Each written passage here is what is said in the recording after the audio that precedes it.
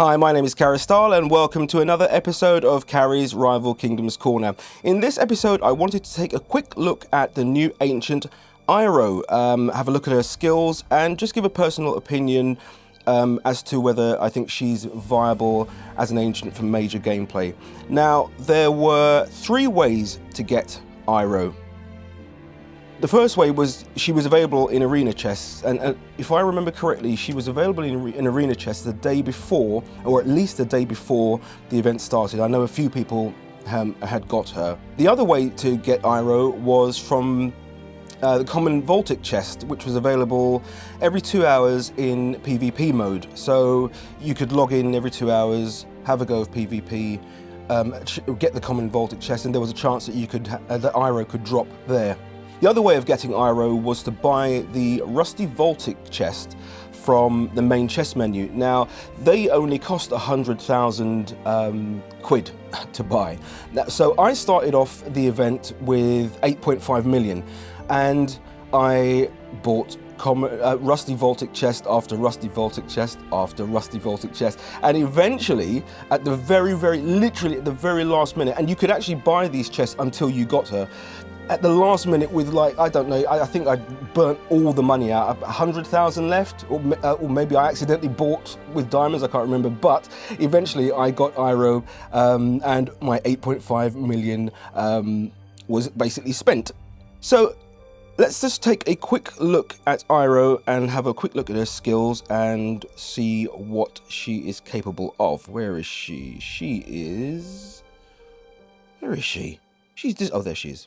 Okay, so her 5-mana skill, Lightning Sword, slams a lightning sword into the target location, dealing 251 to 314 damage. Once placed, the sword persists and is used by her other abilities. All lightning swords boost nearby allies with 25% lifesteal for 8.5 seconds, but does not stack. Her 10-mana spell, Static Field. Target buildings are disabled for 4.88 seconds and then slowed by 50% for 9.77 seconds. So if it falls on or near a lightning sword, it boosts nearby allies' attack speed by 20% for 22.79 seconds, which is a long time, and this can stack up to 3 times. Her third spell, her 15-mana spell, is Finale. The targeted buildings take 40% increased damage for 8.8 seconds. If it falls on or near a lightning sword, swords in the target area are shattered and removed, dealing 251 to 314 damage each to all affected buildings in the spell's cast range. What you're basically looking at really is her first and second spell. Her third spell, you would probably end up using that as a finisher, but certainly her first and second. The first spell, anything that grants lifesteal and is able to kind of like bolster your troops, is a really good thing. On top of that, the Static Field, which is her second spell, which then again boosts nearby allies' attack speed for 20% for 22 seconds. So, but basically, with her first and second in combination, you've got a combination of lifesteal and speed. Now, the event enabled you to win. Where is it? Her Ascension material, her first Ascension material, which was the Vengeful Masquerade. Now, that took Iroh from, I believe she was rare. Was she rare at 30? I think she was rare. Is he rare? Yeah, he's rare. So it took her from rare up to superior, and you can, I believe that in the next few events that you'll more than likely be able to take her all the way up to legendary and then up to mythic. So at level 40, I've been playing with her, and she's actually a really, really good ancient. Not necessarily situational, it all depends really on the design of the base that you're going to attack. So let's have a pop into the arena.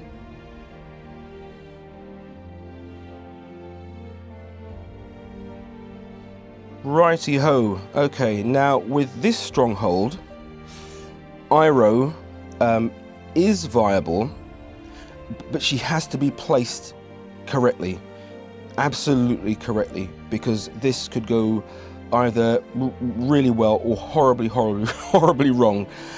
So what I'm going to do is I am going to attack. I could very well lose this. So, and bearing in mind she's only level 40.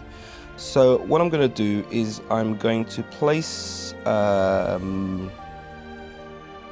will attack her with her. And the way that this troop composition of 2 soldiers, a paladin, a mana hunter, and 2 wardens, I find personally for me the kind of like the best way of doing it, in my opinion. So what I'm going to do, let's find Iroh. Where is she? She hasn't been suppressed. So what I'm going to do is I will place. Now remember, her first spell. It boosts nearby allies with 25% lifesteal for 8.8 seconds, and it does a little bit of damage. So what I'm going to do is I'm going to place the dragon to target this building, this troop portal here, and then I'm going to flank it. And what I'm going to aim to do is take out this troop portal, this gold mine, gold storage. And then what should happen is the troops should then target this area here and path inwards, because using Iroh, it's all about making sure that the troops don't path around the outside and are able to get the lifesteal, and then using her second spell to target the buildings for slow them down, disable them for 4.88 seconds, and then slow them down for 9 seconds. But then to boost ally speed by 20%. So let's try this and see what happens. So drop Damaris. Mana hunters, paladins, soldiers,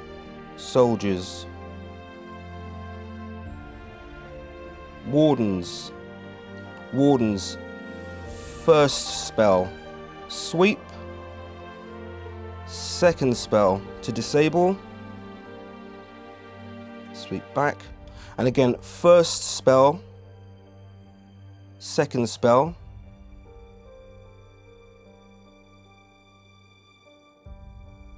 first, sweep,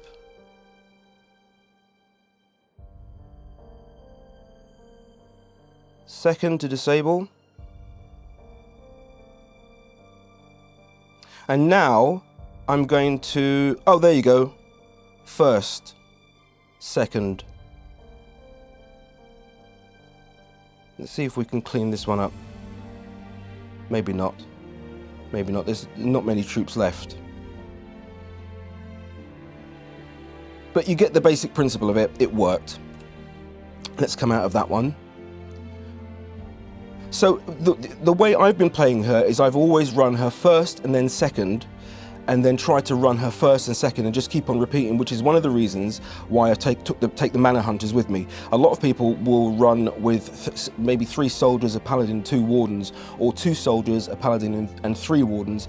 But I find that the mana hunters, once you can get the mana hunters in and protected by the paladins, that you can actually you will get more mana that way, because clearly that's what they're supposed to do. They are mana hunters.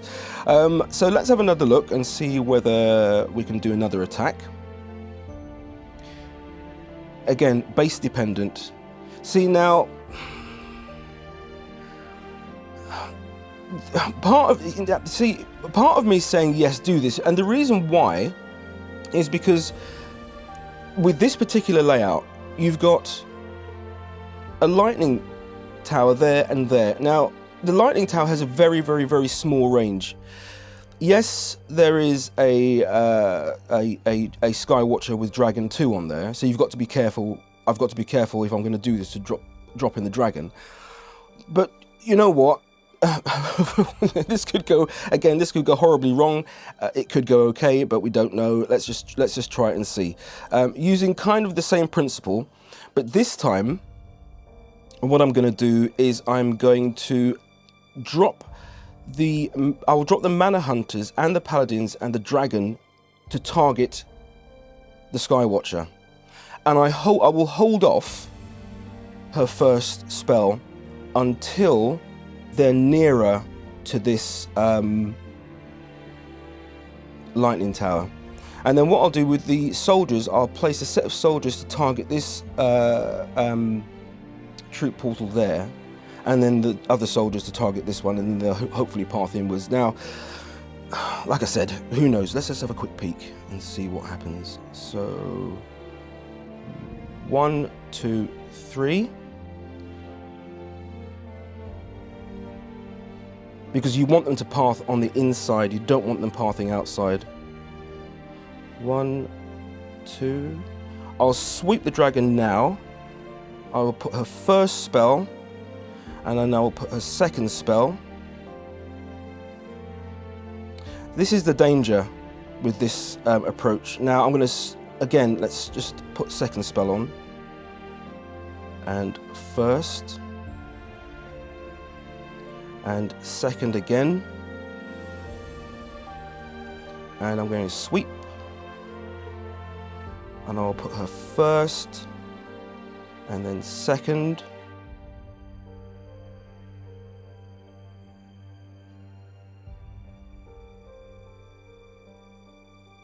And then again, second. Let's put this off screen. And then first, and then second.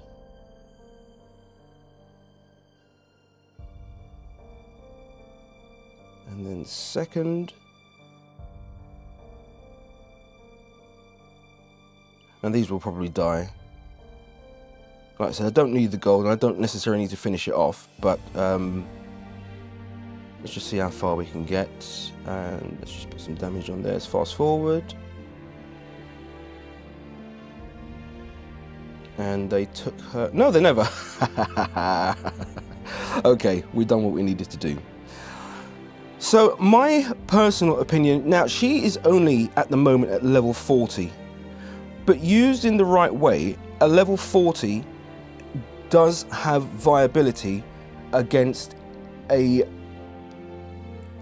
I would say a baby SH17 or a maxed SH16, but not necessarily a maxed SH16.5. She is very good. Her skills used in the right way are absolutely brilliant. We'll do one more attack, and then we'll wrap it up. Let's have a look. I have failed with her miserably on several occasions. So it is all dependent on where those troops path. If they path in the wrong way, or if you do it in the wrong way.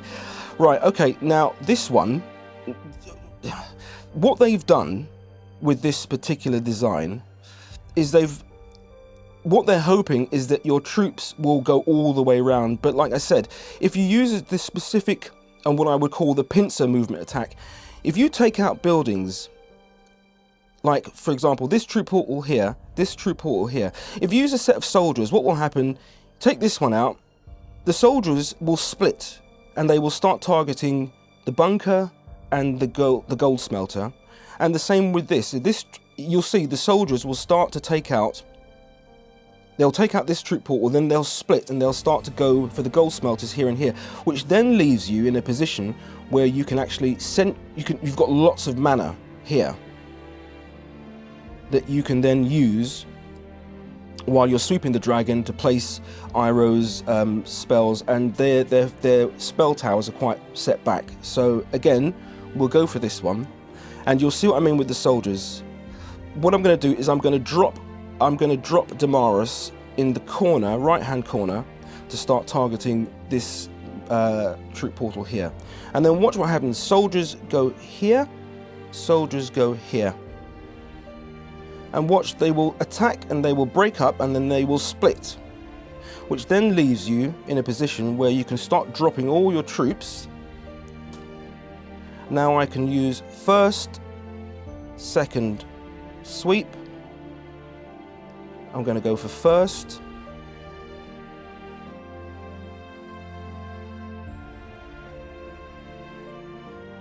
Second. First sweep.